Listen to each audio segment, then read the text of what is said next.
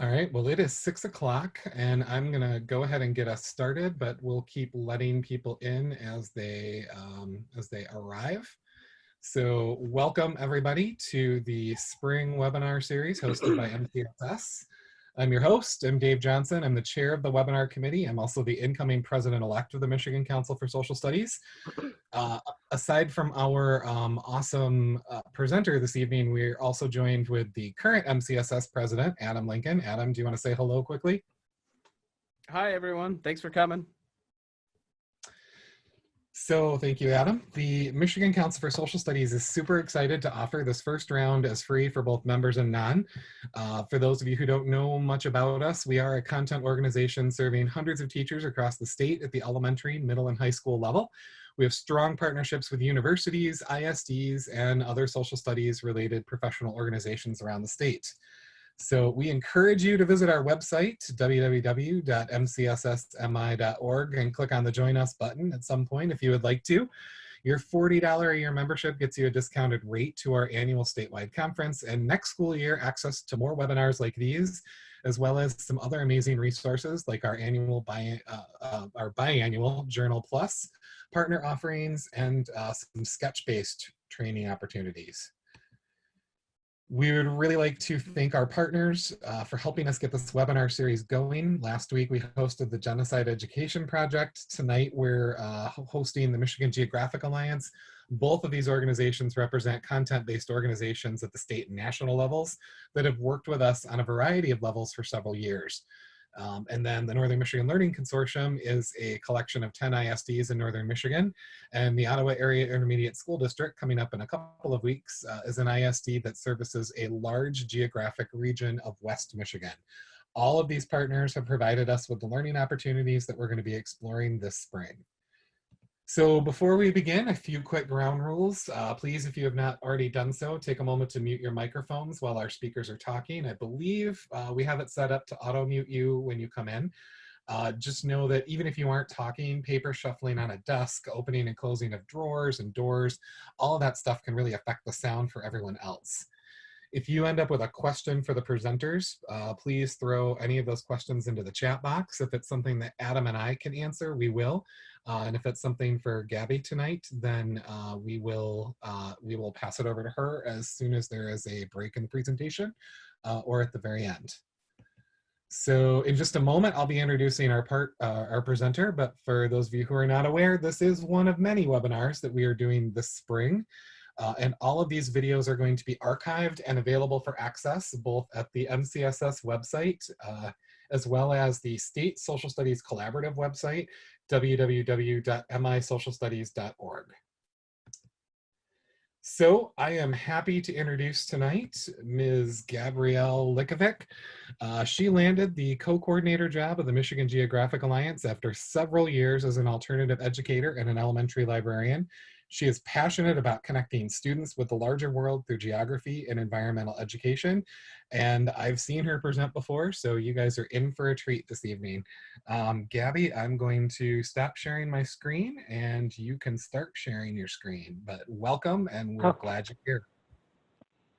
Awesome. I thank you guys all for taking time out of your Monday night and joining with us.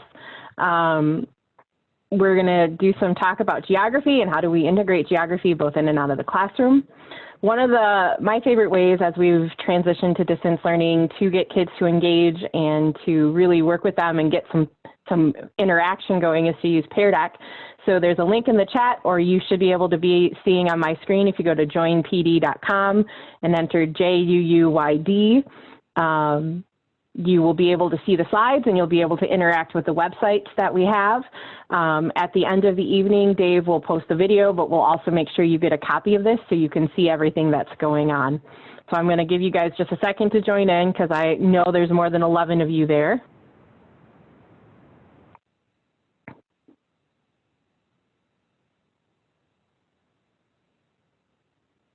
And then I'm going to go ahead and join the class, but don't forget that the link is in the chat if you need it. So the first thing we're going to talk about I kind of changed the title today as I was talking about this and looking through it, and I realized really what we're talking about is geography in and out of the classroom. How do you get students engaged in geographic thinking, whether it is from in the classroom, whether we're distance learning, whether we're getting them outside, and what does that look like?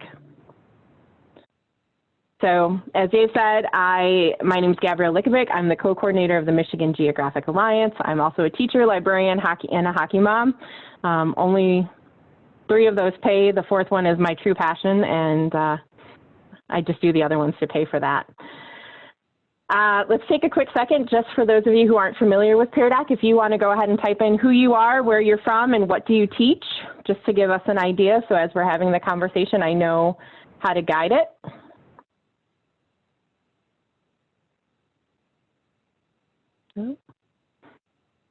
Got Bob from Clarkston. I thought that was you.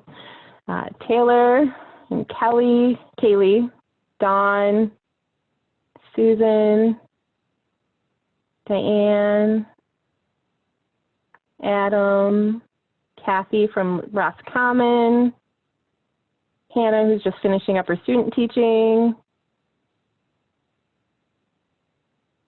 1st grade.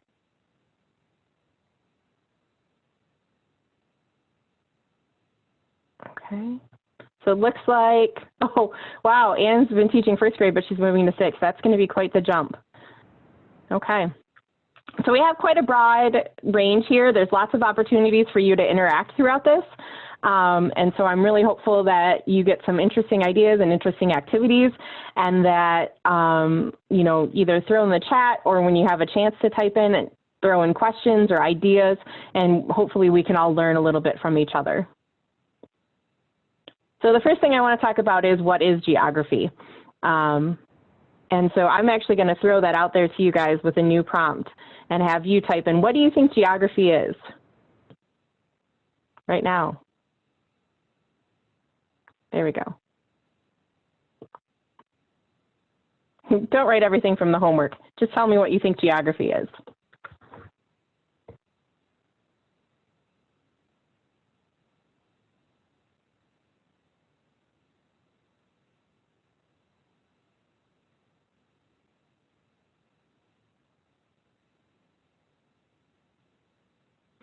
How humans interact with the earth. I love that.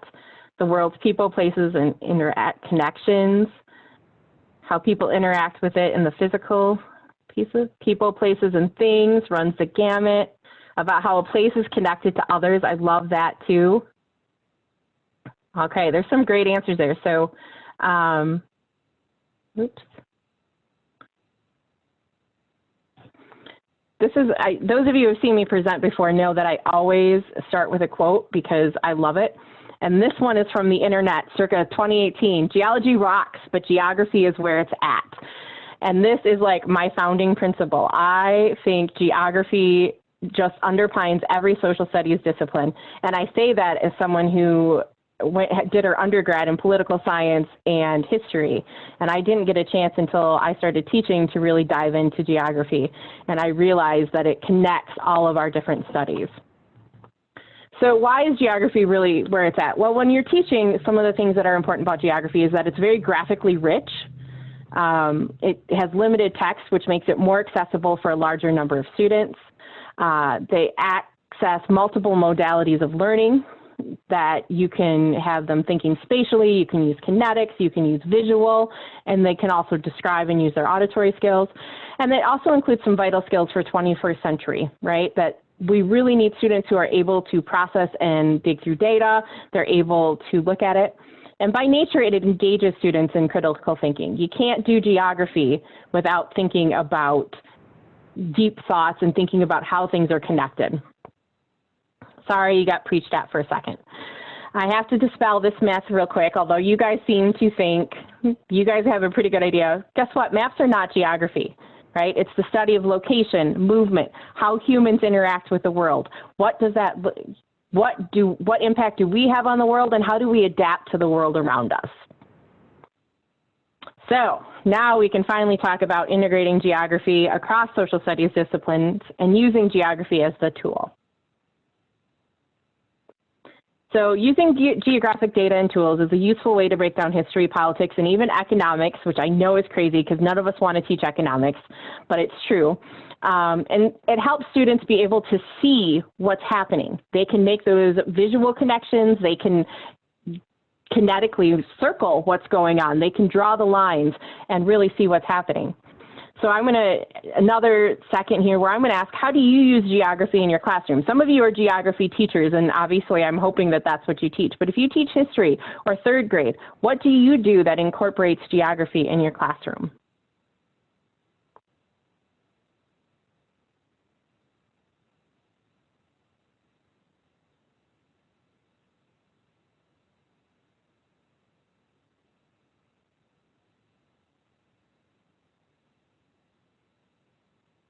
Ooh.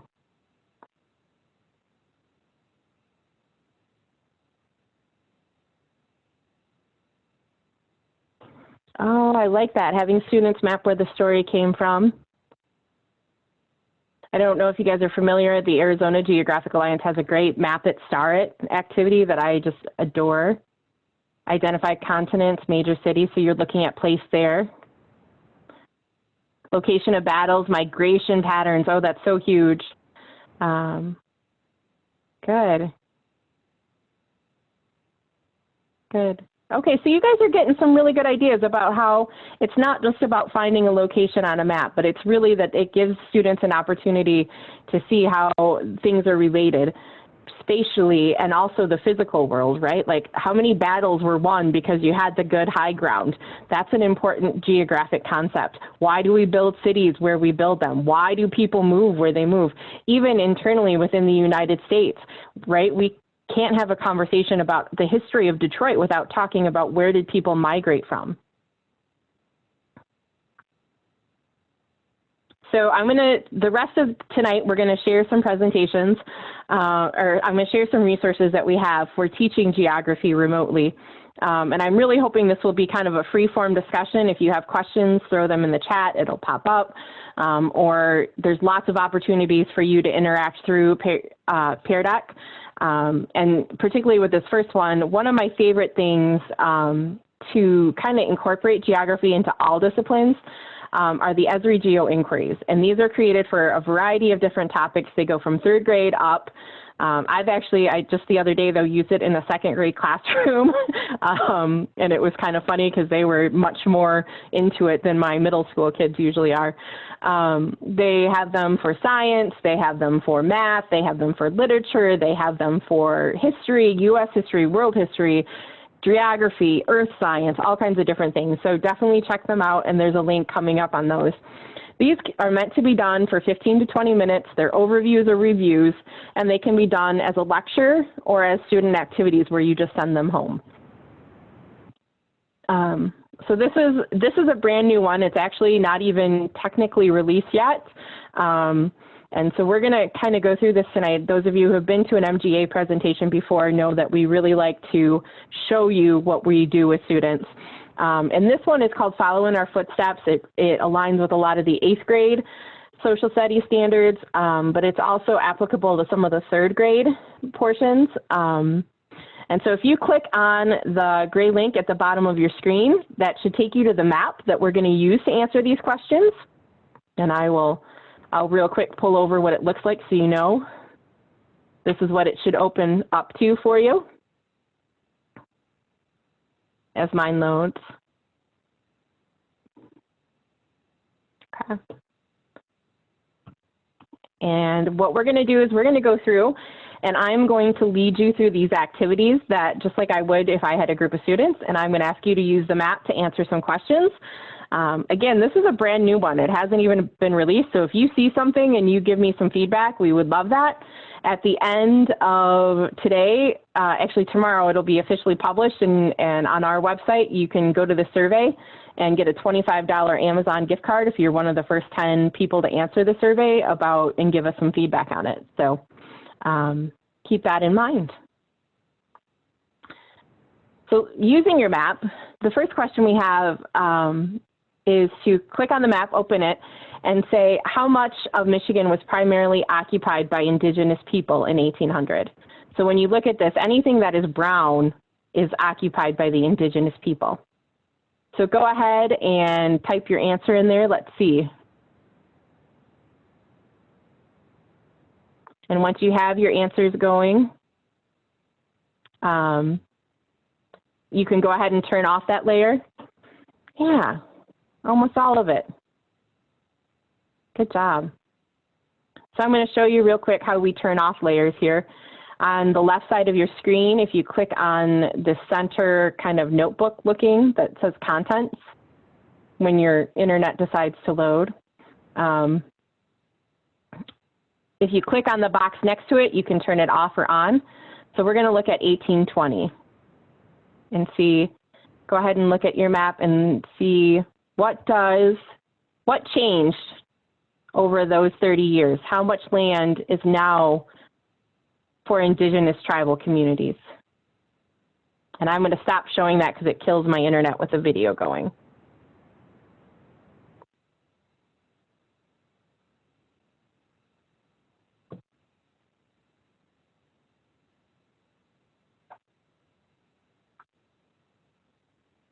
Yeah, it's almost 50%.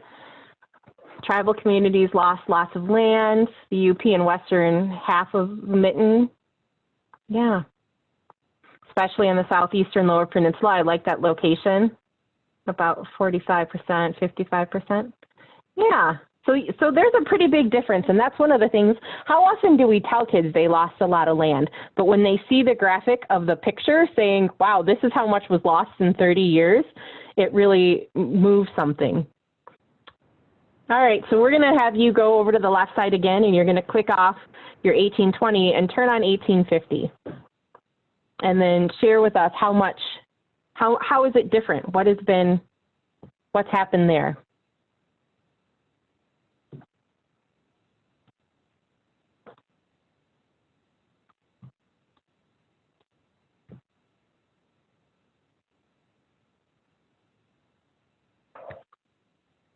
Yeah, there's only small pockets. It's few and far between, less than 10% of what it was just 50 years before. Isn't it crazy how that kind of looks? And now I'm thinking about when we're trying to talk to kids and conveying that idea of the graphically rich picture. And when you're in the classroom, you can actually switch back and forth much faster than we can here using the internet with the slowness.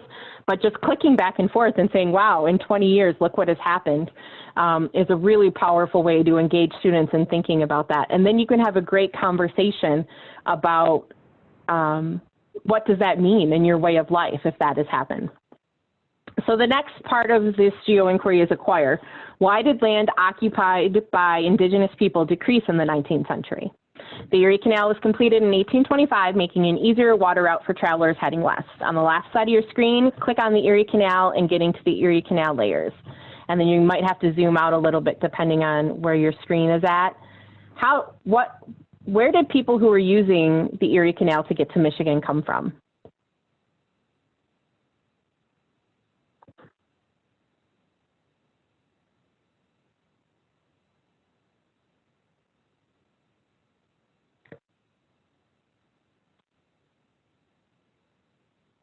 New York, baby, that's right. From the east, Albany, New York, Boston, right? Along the water route. I like that we're talking about the route because that's actually our next question, is what route did travelers take to get to Michigan? And who do you think these travelers were and why were they moving? Why would people be moving west?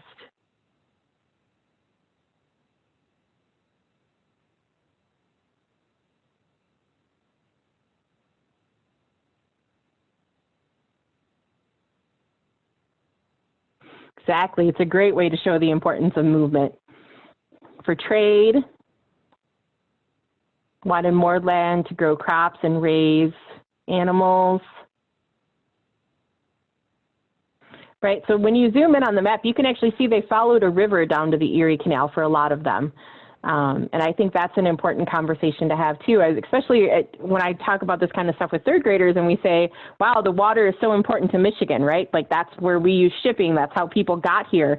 Showing a map like this can really help them think about, wow, that's how people moved to us. And if we wouldn't have had the Great Lakes, they would have had to go over land, and that would have been a much more difficult journey. Cheaper land, opportunity for those not in the elite. Good job, guys. All right, so I'm going to ask you to click off the Erie Canal layers and click the box next to the Indian Removal, Land Cessations, and Reservation Time-Enabled link. And I will actually put this on my screen too, because it's a pretty cool video one. This is also a great time to have the conversation. You may notice that we call this Indian Removal, Land Cessations instead of Indigenous people. And this is a great time to have a conversation around the language that we use. The reason why this is called Indian Removal, Land Cessations is because that is its official name. That's what it's called. So if you were going to do a census, or if you were going to determine information about it, that's what you're going to find it called. So let's look at this together real quick. And the question I'm going to ask you is, when did the majority of these people, when did the majority of tribes disappear from Michigan? So when did the Chippewa disappear? When did the Ottawa and Chippewa disappear?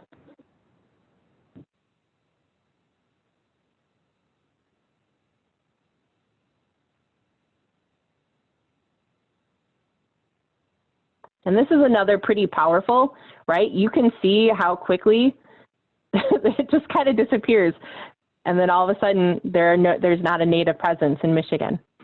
And this goes all the way through 2000, and eventually you'll see a little pink dot pop up. But for our purposes, the question I'm going to ask is, what years did the Chippewa show the most change? When did the Ottawa and Chippewa lose most of their land? Mid-1800s, 1836, right? So this is the part where we're asking them to look a little bit deeper and think a little more deeply about what's going on with that, the map. Oops, got a couple more coming. And I'm going to give you a second. If I'm going too fast, let me know, because sometimes I just whip through stuff because I get excited. So go ahead and turn that video layer off and click on the Indigenous Tribal Communities of 1850s again, and zoom out to the entire 1850s.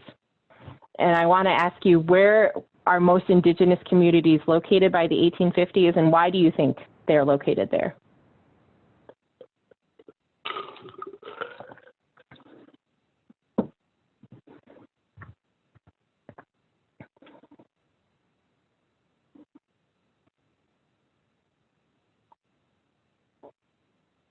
Western U.S., west of the Mississippi, yeah. In the most rural areas where settlers hadn't been yet. It was an invasion from the east. They were pushed further west, right, from a series of treaties. And depending on where your students are, if you were using this as a review, this is a great time to say, okay, what treaties happened? What were these? You know, let's talk about the Trail of Tears. If you're using this as a introduction, this is a great way to do an early formative assessment of what your students already know. All right, so you turn off that layer, and we're going to come into the present day, and I'm going to ask you to click on the Michigan Tribal Reservations 2015 layer and zoom back to Michigan and ask you, where are the federally recognized American Indian reservations in Michigan? Now, this is two things. It's one, to get students aware of what tribal reservations and what tribes are within the county, but it's also a great way to get them talking about relative location and thinking spatially about where those are located. They're in both peninsulas near CMU. Yes, in the Lower Peninsula. Mount Pleasant in the UP. Yeah.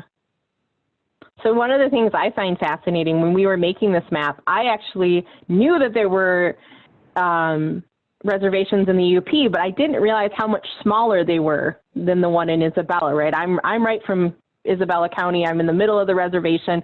I kind of assumed all reservations were that size. That was my lack of knowledge. And when we made this map, it really was startling to me how much smaller other counties and other reservations were. And so that's another topic that students could dig a little deeper into and say, why did this happen? All right, last little bit is click on the U.S. Census American Indian population, and then click on the dark blue counties to see what counties have the highest percentage of Native American populations, and why do you think that might be?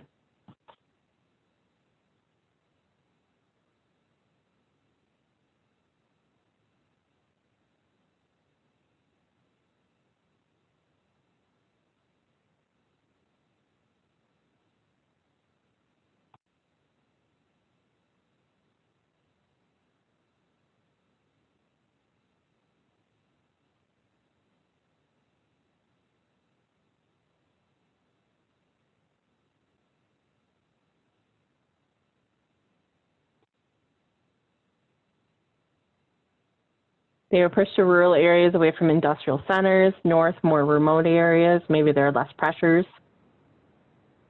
I like this, the absolute locations of Baraga, Alger, Schoolcraft, Mackinac, and Chippewa in the UP.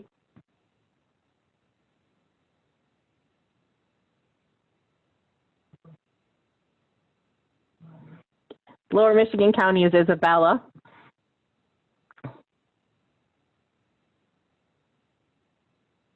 Yeah, they were basically pushed out to where people didn't want to live. Good job, guys.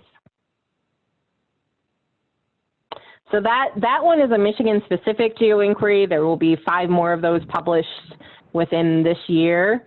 Like I said, tomorrow it will be going live on our website, so you're welcome to download, and I'll include the link when we send out this presentation. So you can check it out and see and do that. But there's also a whole heap ton of other Esri Geo inquiries, and I'm going to pull my window over, but if you want to click on the black link at the bottom of yours, you'll see, you'll be able to go to their homepage and see where they are. There are, thinking. American literature, earth science, environmental science, government, human geography, mathematics, upper elementary, U.S. history, world geography, world history, all kinds of different ones. There are also 2 levels. So every school is allowed, can sign up through Esri to have a free organizational account so that their students can log in and actually interact with the GIS. And so level 1s are accessible to anyone. You don't have to have an account.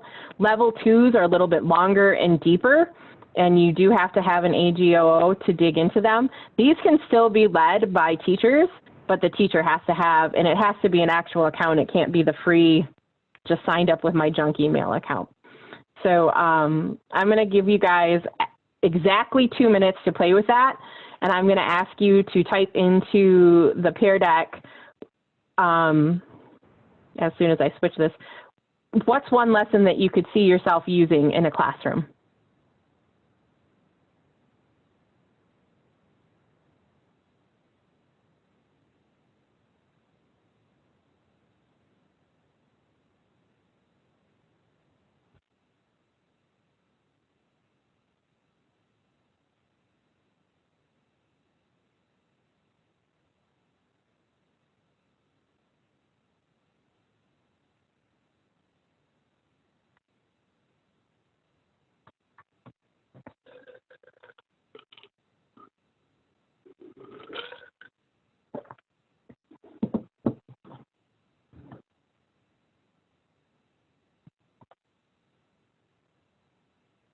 To explore patterns of settlement, can you see my responses? I don't know who that is, but I can see somebody's responses. Civil War analysis of geography related to battles and decisions by Union and Confederacy. There's actually a geo inquiry on that. Seasonal differences in World War I. Ooh, yeah. Silk Roads, there's a couple really nice ones of them. Yep.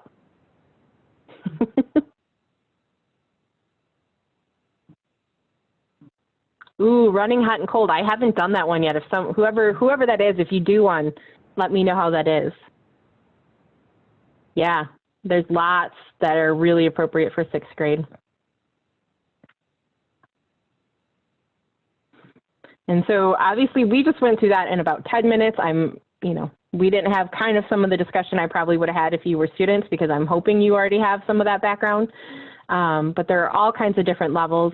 The other benefit to this is it's exposing students to GIS, and just kind of a little plug for that. That is one of the fastest growing career fields. And so having familiarity and the ability to use that integrates a lot of the MyTechs and the career to cradle things that we like to look for and write in grants. So the next thing, we're going to kind of shift gears and we're going to talk through some of the MGA remote learning resources.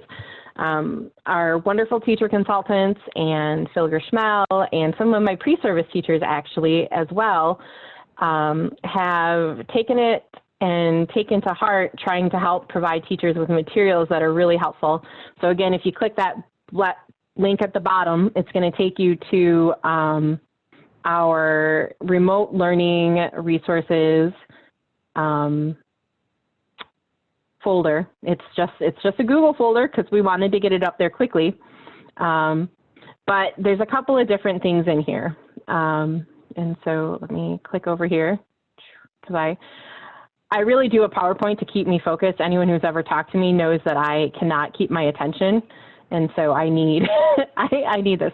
So there's daily activities, which are in there. And those are, there's an actual folder that's just daily activity ideas. And if you click in that, it's divided by grade level or subject. And these are just quick, usually quick ideas of things that students maybe could do to engage. They're not really meant to teach new content. They're kind of more just to get them thinking about social studies and keeping students engaged. And I'm going to apologize. Our internet has been crazy slow today, so we're not going to get to dig into it. The other thing we have on there are there's a few lessons, and there's actually a few more coming out this week that are solid. And so I wanted to take a minute and talk to you about how we decided to do this and to provide support for teachers and students. Is an inside of each of these, if it's titled with a thing like history in South Asia, or we're going to actually look at the disease one because I have all those pulled up already. Disease and population density. There's a student direction where students can look right through and see exactly what they need to do. And what we did is we took bigger lessons that were already on the MGA website, and we broke them down into 15 to 20 minute segments, because we heard from teachers that's what most teachers are trying to accomplish right now, is to get students engaged for 15 to 20 minutes. And so, you know, here's the reading. And then as you read the next section, do this worksheet, which is down at the bottom. Doesn't show up on my screen, of course. And then it has a third day where it's a clickable map and they can work through it and ask these questions. So those are there for you. If you find something, a link that's not working, we've had that come up a few times, please don't hesitate to email mga@cmich.edu and I will get it fixed as soon as possible. Also, if you have something that you've been using and you think it's great and you would like to share, we're happy to put that up too. We have a couple of things that were made by our pre-service teachers that they did as part of their student teaching. So definitely check all of those out. The other one, I almost forgot, is our environmental education resources. And these will get more populated this week, but we did the same thing with some of the MEEX units for upper elementary units. Our interdisciplinary stuff, like when they're talking about watersheds, this is actually also appropriate for 6th grade. And so we have broken these apart into day by day and really simple, easy to put into a Google Classroom kind of format where the students have everything they need and they can link to it. You can copy the whole folder over to your Google Classroom. And hopefully it's easy enough that students could follow along and see that, okay, this is what I need to do, with minor edits by the teacher to talk about their specific process. All of these can be printed or done online, which was really important to us because we know a lot of students don't have the online access. And so any of the resources, I shouldn't say any, a lot of the resources in here can be done both ways. And if not, they're labeled as these cannot be printed.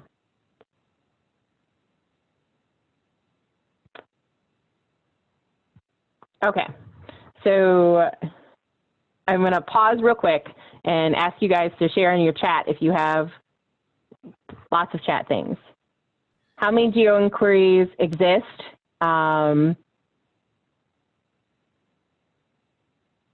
There are currently over 100, and there's more coming. Each state got a group of people from each state got funded by ESRI a very small amount, $1,000 to write 6 or 7. So we have 2 Michigan specifics, including the one I just showed you, and the rest are they're in the process of being reviewed and tested, and they should be ready for like beta testing by September. And then I think those are all the questions. Does anyone else have questions they want to throw in there for me while we have a moment?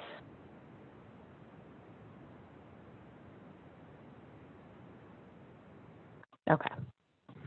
So the next thing I want to talk about, because this is kind of a passion of mine, is taking geography outside.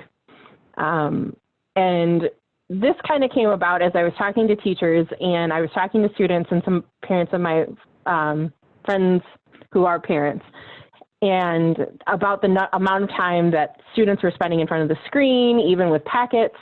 And I started thinking about, okay, what are ways that we can engage kids in field work that doesn't require the kind of normal follow-up that we would do in a classroom. And so here are a few ideas. Some of these are linked into on our resources. Anything that isn't will be soon. And so one of the things I've had students doing this week, one of the middle school classrooms I work with, is they're doing a field study in their neighborhood. And they have been going outside for a half an hour each day and counting traffic and graphing the trends of how people are moving, which seems like kind of a basic thing, but just sitting there for a half an hour, and it's been really interesting to hear them talk about, wow, 2 weeks ago I only saw 2 cars in a half an hour, but today I saw 37. And really thinking about what has changed, what is different, how is that changed? And then that is linked to that particular classroom is doing a primary source journal where twice a week they hop on and write about their experience and what's happening. And so then they put that in there to be kind of some quantitative data that goes with it. You know, you could graph how many businesses are open. Here in Isabella County and actually across the whole Great Lakes, they're using iNaturalist it's an app on phone and Chromebooks where you go out and take a picture and identify your local wildlife. And they're doing a Great Lakes BioBlitz through the end of this month where they're trying to count as many species as they can, which is an awesome one. And up in Roscommon, they just started a new one through the 4-H, and that one is going to go through the end of June. So there's some really great opportunities to talk about your habitats and your biodiversity, and also, you know, what are your physical features. The Journey Stick map is kind of a cool thing. This one is really awesome for elementary students. It's through the Sustainable Learning and Teacher Resources. Basically, students go along for a walk around their neighborhood, and they start collecting things that remind them of what's going on. And so this particular lesson is not formatted for distance learning, and I'm going to work on trying to get it there. But basically, you take a stick, and as you're going along, you pick up something that reminds you of what you see. And when you get home, as you take those off, you can make your map. So I picked up a tree leaf, and I remembered that there's a big oak tree, and I picked up a cup to remind me that there's McDonald's. So there's all kinds of different things. So this is one of the sessions that we look at, or one of the opportunities to look at. The other thing is daily weather graphing and comparison, right? So this is something we do in elementary classrooms a lot during Daily Circle. What's the weather like outside?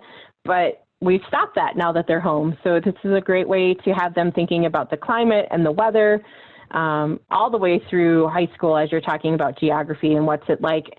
And you can make it as simple or as complex as you want. Maybe their daily check-in is to draw a picture, whether it's a sun or a cloud or a raindrop, to do that. And then as you get older, they can start graphing and seeing what that is. And the last thing we've kind of been working on is waymarking or geocaching. For those of you who don't know, waymarking is you pick something like a little library or the grocery stores or whatever, and they use GPS and they create a map using this website. So that's a fun way to do it. It can be trees, it could be, basically it's a great conversation to have them pick something that's important in their community, and then they get to map it by walking through their community. And geocaching, I actually got this idea from a teacher in Houghton Lake who has his students going out, and in order to get them out, he has been hiding stuff across the park. And so they have to go use the geocaching, they practice their latitude and longitude, and they go find the things he's been doing, and then they have to replace it. So those are some great things. And I'd love to start a discussion about ways you guys can think of to get students outdoors and doing some field work and really having robust learning and getting them outside of their little boxes that we're all in right now. What would you do for kiddos who live in urban settings? Actually, the Journey Stick idea came from a teacher in Detroit. She just had her kids go out and do it. So that's literally what they did, is they just picked up stuff along the way and they had to remember it. The iNaturalist is actually really fun in an urban setting too, because it's a little more of a challenge to find. And it's a great conversation about what is in your natural habitat. So those would be my two suggestions for urban settings. Go outside and describe what is part of the human landscape and what's part of the physical landscape. Oh, that's such a great idea. Oh, yeah. I will see if I can get, I'm not sure he's as formal as to have a teacher's plan who's using geocaching, but I'll see if I can get what I can get from him. Could focus on places that are cultural and relate to the history of city and town. Yeah, absolutely. How have people changed the environment? That's actually a really great one. Yeah. So even some of these are just great questions that could go into something as simple as a journal or a seesaw message or Flipgrid or whatever you're using. If you have students who are mostly online and you're using something like Flipgrid, that would be great. Have your daily question be, go find someplace that is a physical feature near you, and they have to go explain it and do it. And then they have to find a human feature of something near you and do that. So those are some really great ways to do that.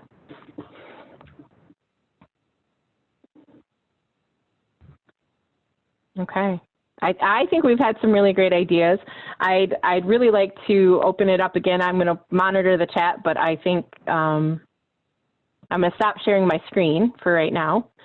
Oh, wait, hold on. I have to do my, if you have any questions, if you think of something later, absolutely, please find me at MyGeo Alliance on Twitter and Facebook. And I am usually pretty good about answering emails, so absolutely email me and let me know what you liked, if you find something that you would like to see more of. And then I have to do credits because I stole the Slides Carnival thing. What I'd really like to do, we have a little bit of time left, is to open up the chat, and whether you want to put it in the chat box or Dave's going to kill me, but if you want to unmute and ask a question, and hopefully we can have a little bit of discussion in these final couple of minutes. And Gabby, before you do that, it looks like the person who had the question got it answered, but could you really quickly show us where all of these resources are housed while you're still sharing your screen? Yes, I can do that.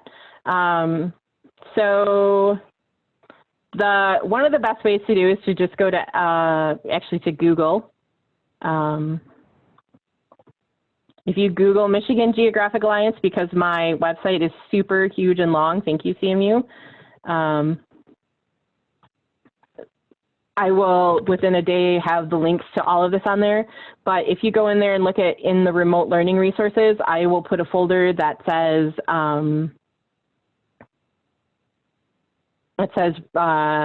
MCSS webinar. That's what I'm going to call it.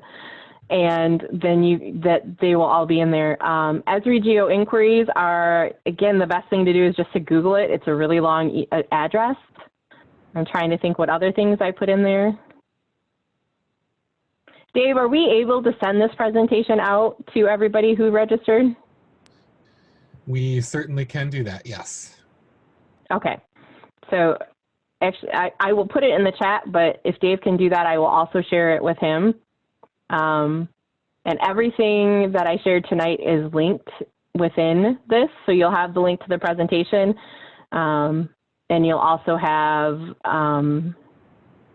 we'll email it out separately. I'll have an actual link to the folder for you. I think that's going to be the best way, don't you? Yes.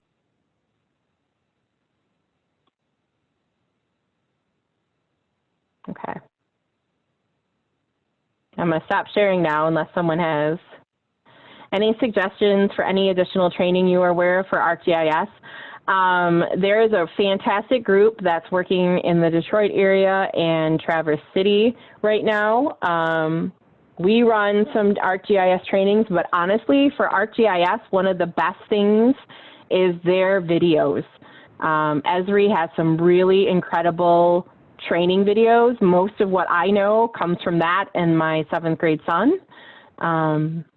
So if you go to Esri Educator Resources, and there's some really cool opportunities in there.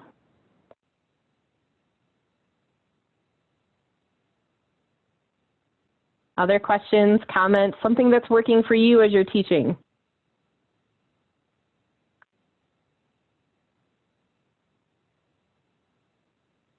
Did I stun you all into super? It was so much information and it was so wonderful and you're so impassioned to go teach tomorrow that.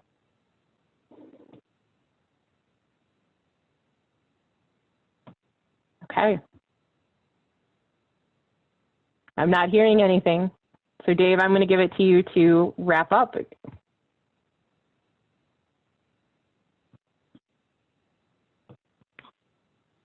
And please don't hesitate for a second. If you guys think of something or you see something, absolutely don't hesitate to send me an email and then I will get back with you and we'll collaborate.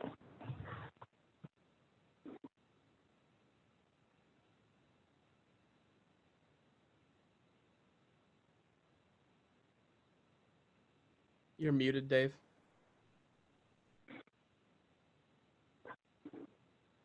You know, you would think I would have this down by now.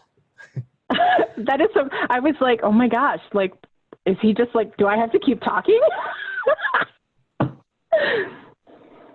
right, so I'm obviously going to edit this part out of the recording.